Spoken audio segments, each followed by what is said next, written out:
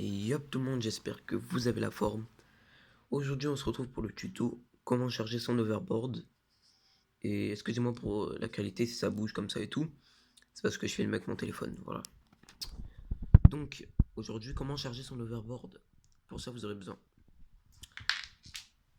du chargeur, voilà, qui se décompose en deux parties. D'un overboard, voilà, et de la prise. Voilà. On se retrouve pour le branchement quoi. Alors juste avant de brancher l'overboard, vérifiez si votre overboard est bien déchargé. S'il clignote en vert, vous pouvez le charger. Mais sinon, ne le chargez pas, c'est inutile.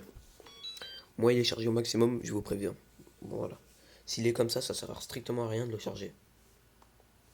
À part d'abîmer la batterie, mais bon. Bon, alors, première étape.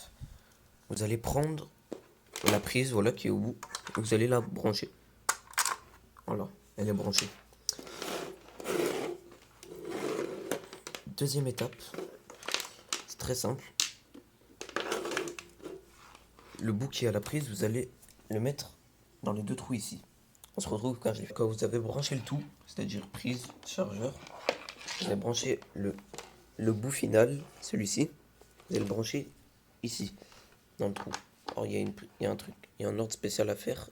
On se retrouve quand je l'ai fait. Donc là, tout est branché, tout est parfait. Alors, j'ai oublié de vous dire juste si on débranche par exemple. Et ici, si c'est vert, moi c'est vert mais on ne le voit pas. Ici c'est vert. Quand tout est branché, ça veut dire que tout est bien branché. C'est parfait, vous pouvez brancher l'overboard. Voilà. Ensuite, attendez, je branche à l'overboard. Voilà. Ensuite, vous avez branché à l'overboard. Moi, ça m'affiche que c'est vert. Ça veut dire que mon overboard est chargé.